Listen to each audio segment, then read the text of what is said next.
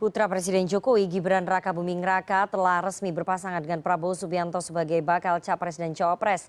Namun Gibran masih menyandang status kader PDI Perjuangan. Selain itu menantu Jokowi yang juga wali kota Medan Bobi Nasution turut mendukung pasangan Prabowo Gibran. Mengapa PDI Perjuangan terkesan kalem dan tak kunjung mengambil sikap tegas terhadap anak mantu Jokowi?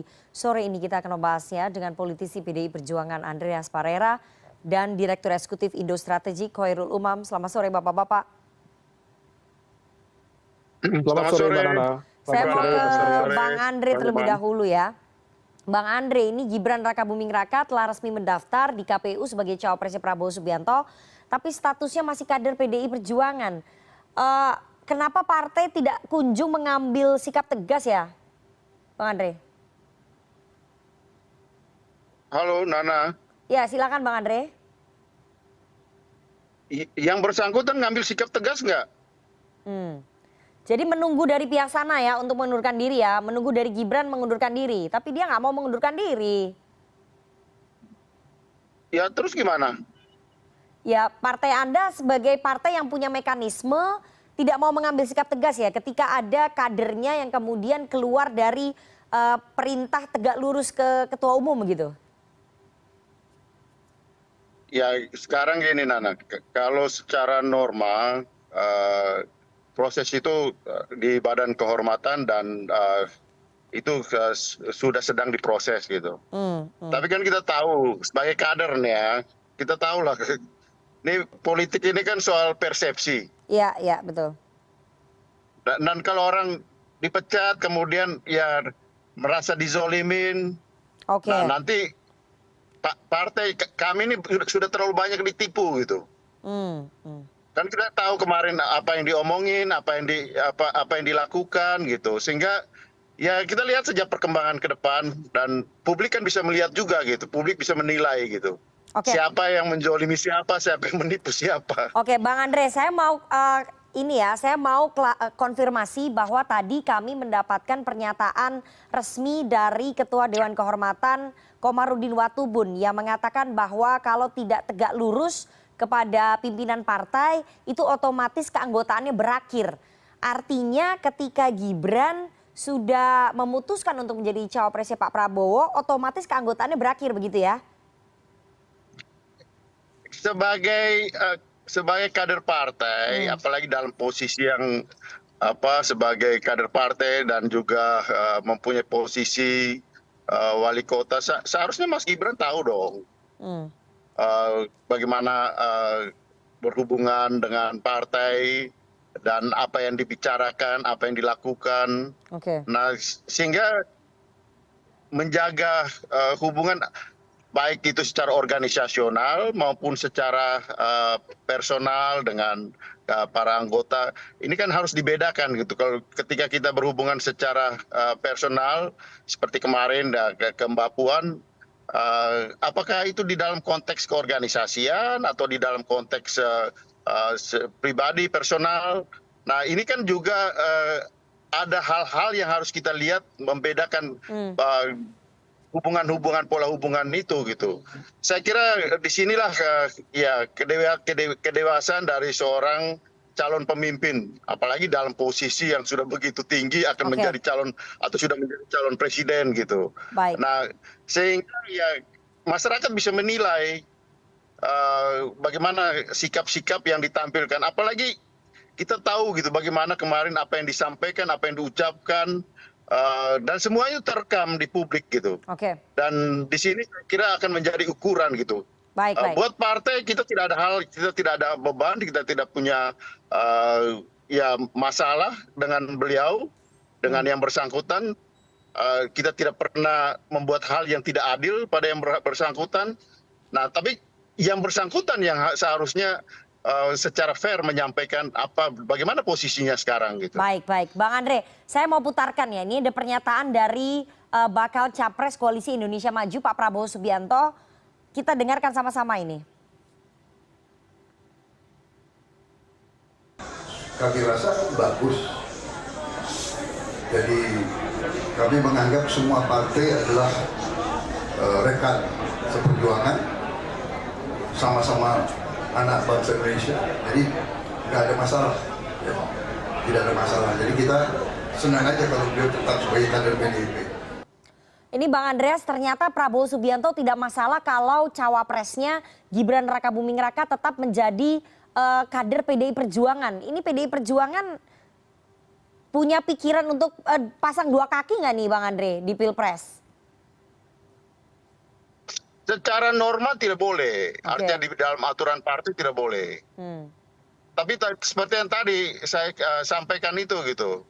Nanti pada saatnya berarti akan ada persikapan soal itu dan selama ini kan yang akan memutuskan itu kan di dalam, karena ini ada prosesnya pasti di bidang kehormatan, memproses itu kemudian menyampaikan itu ke DPP kemudian diputuskan. Jadi kita lihat saja nanti perkembangan beberapa hari ke depan, karena tadi yang saya katakan tadi Nana, kalau secara norma itu tidak diperbolehkan gitu. Oke. Karena ya ketika putusan partai sudah dibuat itu hanya satu yang kita usung, dan itu calon presiden dari PDI Perjuangan itu adalah Mas Ganjar dan Pak Mahfud sebagai calon wakil presidennya. Oke, jadi secara Cuma norma kan itu tadi yang saya katakan, kita juga tidak mau dikorbankan terus-menerus seolah-olah kita menjolimi, kita berbuat tidak adil. Yang tidak adil terhadap yang tidak adil itu siapa gitu di dalam proses ini gitu. Nah, nanti biarkan masyarakat menilai proses ini dan nanti pada saatnya diputuskan. baik, jadi secara norma tidak boleh dan PDI Perjuangan memang tidak pernah berpikir untuk memasang dua kaki di Pilpres 2024 ya. Begitu ya Bang Andre ya? Pasti tidak. Pasti tidak. Oke, Kita punya prinsip-prinsip yang berkaitan dengan hal tersebut. Baik, saya mau ke Mas Umam. Mas Umam, ini PDI Perjuangan tampaknya masih kalem, tidak kunjung mengambil sikap begitu ya, atau pelan-pelan lah mengambil sikap, sangat berhati-hati terhadap Gibran. Apakah karena menghitung resiko politik elektoral tadi seperti yang disampaikan oleh Bang Andreas? Iya, Mbak Nana, apa yang disampaikan oleh Bang Andreas tidak hanya memberikan penegasan bahwa sikap dari PDIP tampaknya akan betul-betul memberikan kejelasan. Kita berharap tentu juga tidak lama. Kalau misal kemudian kita merujuk dari kias atau jurisprudensi dari putusan-putusan PDIP sebelumnya yang memberikan pemecatan secara cepat kepada misalnya Mas Budiman Sujatmiko, kemudian Pak Effendi Simbolon, kemudian Ketua DPD Maluku Murad Ismail yang juga gubernur, saya pikir di level itu dari basis argumennya sudah cukup clear. Kalau Budiman dipecat misalnya karena memberikan dukungan kepada Pak Prabowo, yang dilakukan Gibran dalam konteks ini melampaui apa yang dilakukan oleh Budiman, bukan hanya mendukung, tetapi menjadi cawapresnya. Nah, kalau misal kemudian argumennya diserahkan kepada Gibrannya untuk menentukan sikap, saya pikir itu tidak tepat. Karena tentu otoritas ini tetap berada di tangan DPP. Kalau kita cermati, saya coba tadi cermati betul manuskrip dari ADART PDIP yang ditandatangani oleh Menkumham, Pak Yasona Lauli, kader juga dari PDIP tahun 2015. Tepat pada pasal 22, tepatnya di 22C, itu ditegaskan bahwa anggota partai dilarang melakukan kegiatan yang merugikan nama baik dan kepentingan partai. Kemudian poin D disambung, mengabaikan tugas dan tanggung jawab yang diberikan oleh partai. Nah, pada level ini, di antara sekian poin-poin larangan di dalam ADART itu, saya pikir cukup clear. Maka kemudian, kalau misal kita merujuk pada karakter PDIP yang selama ini dikenal dengan partai yang cukup disiplin, kemudian menjunjung aspek loyalitas, militansi, seharusnya tidak ada kebimbangan. Kalaupun ternyata ada kebimbangan, maka kita memiliki sejumlah analisa. Pertama, barangkali PDIP sedang bernegosiasi dengan situasi, terutama untuk mengantisipasi putaran kedua. Kalau misal terjadi clash, maka kemudian tentu tidak mudah untuk menentukan posisi di putaran kedua Pilpres. Yang kedua, untuk meredam betul bagaimana kemudian proses rekonsiliasi dalam konteks ini adalah resolusi konflik. Diakui atau tidak, Mbak Nana, ada gap komunikasi atau dalam konteks ini bahasa vulgarnya adalah gesekan atau benturan atau bahkan konflik di dalam konteks kepentingan antara keluarga Jokowi dengan PDIP. Kalau misal kemudian konflik itu tidak termanage dengan baik, tentu akan memiliki impact. Salah satu impact-nya adalah dalam konteks kalkulasi. pada level pileg, maka kemudian kutel effect Baik. yang selama Oke. 2014, 2019 dinikmati PDIP dengan angka sekitar 5-6% dari Pak Jokowi, berpotensi kemudian menguap. Baik. Lalu di saat yang sama, kalau misal kemudian dicabut, dalam konteks ini adalah punishment kepada Gibran, ini rangkaian dominonya cukup panjang. Baik. Kalau misal diberikan punishment, apakah punishment kepada Jokowi tidak dilakukan? Karena bagaimanapun juga pengambilan keputusan pencawapresan Gibran most likely Ya. besar kemungkinan pasti melibatkan perhitungan, kalkulasi, simulasi, dan juga restu politik dari Pak Jokowi. Baik. Nah, kalau misalnya kemudian Gibran disanksi, apakah status sebagai petugas partai dari PDIP yang selama ini disandang Pak Jokowi tidak dievaluasi? Nah, hal ini tampaknya akan menciptakan efek domino yang cukup signifikan. Jadi Mas Umam, resiko politiknya sedang dihitung betul ya oleh PDI Perjuangan, dan PDI Perjuangan tidak mau gegabah.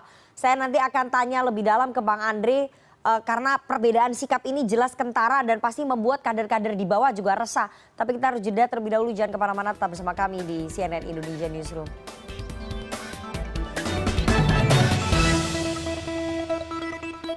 Terima kasih Anda masih bersama kami di CNN Indonesia Newsroom, dan kita akan lanjutkan perbincangan kita. Gibran, Bobi, ke Prabowo, PDI Perjuangan tak kunjung bersikap ya. Saya mau ke Bang Andre lagi. Bang Andre, ada perbedaan sikap PDI Perjuangan ketika Budiman Sujatmiko mendukung Prabowo Subianto ya. Ini kenapa kemudian PDI Perjuangan sekali lagi terkesan sangat hati-hati, padahal ini kader-kader di bawah kabarnya sudah resah, sudah bingung begitu ya. Apakah memang betul ya khawatir bahwa ini akan digunakan sebagai narasi playing victim seperti yang tadi Anda katakan? Halo? Iya, Bang Andre silakan. Ya kami kebetulan barusan juga rapat fraksi DPP dan kemudian juga dengan pimpinan DPD dari seluruh Indonesia dari kemarin sampai dengan hari ini. Dan itu kami jelaskan gitu, dijelaskan ke struktur partai dan itu akan disampaikan ke bawah gitu. Nah, seperti yang tadi saya katakan, Nana, secara normatif itu sudah ada aturan main. Saya terima kasih juga akhirnya jadi Mas Koril Umam juga memperhatikan ADART kami kan, jadi sekaligus juga menjelaskan ke publik gitu. Bagus ini artinya jadi publik mengetahui. Tapi yang saya katakan tadi ini persoalan politik gitu. Dan kenapa ini ya berbeda dengan kasus misalnya kalau yang tadi Nana katakan berbeda dengan kasus-kasus yang lain yang sebelumnya. Nana bayangkan gitu, yang namanya MK aja bisa ditabrak sana sini akhirnya sampai dengan ya apa yang terjadi sekarang gitu. Nah ini kan situasi yang terjadi sekarang. Dan kita tahu bagaimana reaksi dan perhatian publik di dalam persoalan ini. Oleh karena itu ya hal yang sifatnya yang berkaitan dengan keputusan atau sikap ini adalah sikap politik. Nah oleh karena itu ya kita lihat nanti perkembangan, di dalam perkembangan nanti pada saatnya pasti ada ya keputusan yang definitif berkaitan dengan ini. Baik, saya akan putarkan ya pernyataan Ketua Umum PDI Perjuangan berikut ini. Kita dengarkan sama-sama soal sikap politik ini. Kalian siapa yang membuat manuver keluar? Karena apa? Tidak ada di dalam PDI Perjuangan itu yang namanya main dua kaki, main tiga kaki, melakukan manuver. Ya Bang Andre, selain putranya Pak Jokowi, Gibran Rakabuming Raka, ternyata yang mendukung Pak Prabowo Subianto dan Gibran ini ada menantunya Pak Jokowi yang juga kader PDI Perjuangan Wali Kota Medan, Bobi Nasution. Ini padahal Bu Mega sudah bilang tidak boleh ada yang main dua kaki, tidak boleh ada yang main tiga kaki. Ini bagaimana menyikapi fenomena anak mantunya Pak Jokowi ini nggak ada yang tegak lurus gitu terhadap partai, Bang Andre? Ya itu tadi yang kalau dibilang dari apa yang disampaikan Bu Mega itu kan jelas gitu. Siapa yang main 2-3 kaki keluar gitu. Tapi mereka nggak mau keluar nih. Secara normatif sebenarnya dia udah keluar dengan sendirinya gitu. Kan itu kan disampaikan oleh Bu Mega. Kalau mau main 2-3 kaki ya keluar gitu. Akan ada sanksi tegas nggak untuk Wali Kota Medan ini Ya menantunya Pak Jokowi? Main 2-3 kaki siapa? Ya. Sama aja gitu. Yang main 2-3 kaki siapa di sini? Ya anak mantunya Pak Jokowi. Baik secara politik, iyalah. Jadi kan Oke. kelihatan di situ kan. Apa yang disampaikan oleh Ibu Mega itu kan jelas gitu. Dan yang namanya kader kan dia tahu juga gitu kan. Tapi kalau mereka Jadi tidak mau seharusnya- keluar gimana ini Bang Andre? Jadi masing-masing bertahan dengan keinginannya begitu. Tadi Ibu, itu tadi. Kalau mereka tidak mau keluar kan yang tidak yang bermain di sini tuh siapa gitu. Kan kelihatan. Ibu sudah bilang kalau memang main 2-3 kali keluar gitu. Oke. Jelas kan? Baik. Saya mau Dan ke itu Oke. aturan main normatifnya juga ada gitu. Jadi nanti akan disanksi ya menantunya Pak Jokowi Bobi Nasution juga akan diberikan sanksi ya. Ya kita lihat ya, sebelum sanksi yang lebih ini kan sanksi sosialnya. Oke. Mas Umam. Berikan dong sanksi sosial, Ya. Saya mau ke sanksi politik, sosial politik. Oke, saya mau ke Mas Umam ya. Mas Umam, ini menyikapi sikap dari anak mantunya Pak Jokowi yang cenderung tidak tegak lurus, kemudian tampaknya mereka sangat percaya diri sekali tetap berada di PDI Perjuangan tapi mendukung capres lain. Ini bagaimana ya, Mas Umam? Ya, bagaimanapun situasi seperti ini akan menjadi sebuah ujian bukan hanya di dalam konteks penegakan aturan, regulasi, dan juga konstitusi partai di PDIP, tetapi juga mempertaruhkan kredibilitas kepemimpinan Bu Mega. Oke. Statement dari Bu Mega sangat clear. Tidak boleh 2 kaki, 3 kaki. Kalau putusan ada yang melakukan itu, beliau kemarin menyatakan tidak ada dedication of life. Artinya apa? Ini bukan soal ADART, tetapi juga kredibilitas seorang ketua umum dalam konteks ini adalah Bu Mega yang menjadi sentrum kekuatan dari PDIP itu sendiri. Nah, kalau misal kemudian PDIP justru misalnya tidak merespon secara cepat, ketegasannya juga ditunggu-tunggu tidak terlihat, maka kemudian justru tadi yang menjadi perdebatan, justru tudingan 2 kaki bisa dialamatkan kepada PDIP, padahal dalam konteks ini PDIP adalah pihak yang dirugikan. Nah, oleh karena itu langkah-langkah cepat memang dibutuhkan tentu dengan kalkulasi yang cukup matang. Kalau misal kemudian menurut informasi spekulatif Mbak Nana yang saya terima, konon kabarnya Mas Gibran sendiri tidak akan mengajukan surat pengunduran diri. Oke. Artinya beliau akan mencoba untuk tetap meyakinkan bahwa dia tetap bagian dari PDIP. Dan kalau misal kemudian PDIP sendiri tidak merespon secara cepat, maka kemudian ada semacam deadlock tetapi pada proses diambangkan. Nah, proses diambangkan ini yang justru bukan lagi pada ranah legal, itu sudah kalkulasi politik di sana. Karena begini, kalau kita merujuk pada bagian ke-7 dari ADART itu tentang poin pemecatan dan pemberhentian anggota partai, kalau misal memang tadi di pasal sebelumnya di pasal 22 sudah ditegaskan demikian, maka kemudian pemberhentian itu bisa dilakukan. Meskipun kalau misal Gibran atau Bobi mungkin memiliki kecintaan yang tinggi kepada PDIP, tidak ingin kemudian pemecatan itu diproses, dia tetap diberikan hak secara legal formal oleh ADART di PDIP untuk pertama, mengajukan permohonan perselisihan melalui Mahkamah Partai. Dan atau yang kedua, mengajukan permohonan rehabilitasi kepada DPP Partai untuk diputuskan pada Kongres Partai. Artinya dalam konteks ini, secara legal formal, otoritas kekuatan itu ada di DPP PDIP. Apakah akan memecat, akan memberikan sanksi atau tidak? Tetapi kalau misal tidak, ya tentu Bang Andreas siap dengan segala konsekuensi. Yeah. Kalau misal kemudian PDIP dicap misalnya, tebang pilih atau pilih kasih, atau justru tadi, sebenarnya bermain 2 kaki siapa, tetapi dicapkan, distereotipkan kepada PDIP yang dianggap bermain 2 kaki antara kubu Pak Prabowo dan juga Mas Ganjar Pranowo. Jadi Mas Umam, ini situasi yang sangat sulit ya bagi PDI Perjuangan. Kalau memecat itu bisa menjadi narasi playing victim, tapi kalau tidak memecat ataupun memberikan sanksi, ini juga dianggap malah justru bermain 2 kaki ya PDI Perjuangannya ya. Publik melihatnya ini situasi yang lebih sulit kemana ini? Ya, kalau dalam aspek itu, kalau misal kita bicara tentang politik praktis, memang diakui atau tidak, persepsi publik terhadap dukungan Jokowi ke arah siapa, kalau kita gunakan basis survei dari Juni, Juli, Agustus, sampai di bulan September, masyarakat masih mempersepsikan bahwa Jokowi akan memberikan dukungan kepada Ganjar Pranowo.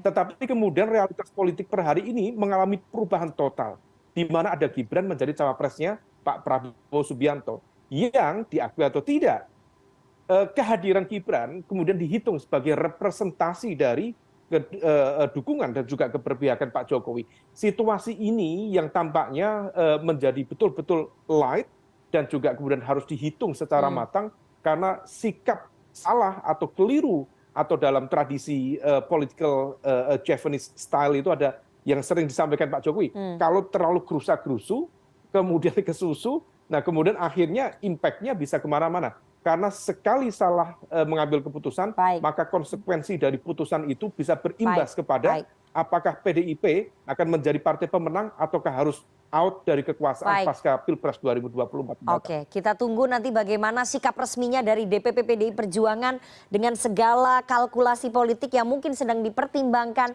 karena situasinya sangat sulit. Iya, silakan. Halo, Nana. Silakan Bang Andre. Mengutip apa yang disampaikan oleh Ibu Mega yang dengan bahasa yang metafor, bahwa ya kita ini musik sedang sedang berjalan dan berdansa, masih ada dansa-dansi di situ gitu. Jadi biarkan nanti sampai musik itu berhenti, baru nanti ada waktunya gitu pasti. Baik. Kita lihat nanti bagaimana, apakah musik terus diputar atau musik akan berhenti, karena sekali lagi konstelasi politiknya sudah mulai mengeras ini, mulai memanas. Kita lihat nanti bagaimana sikap resmi dari PDI Perjuangan.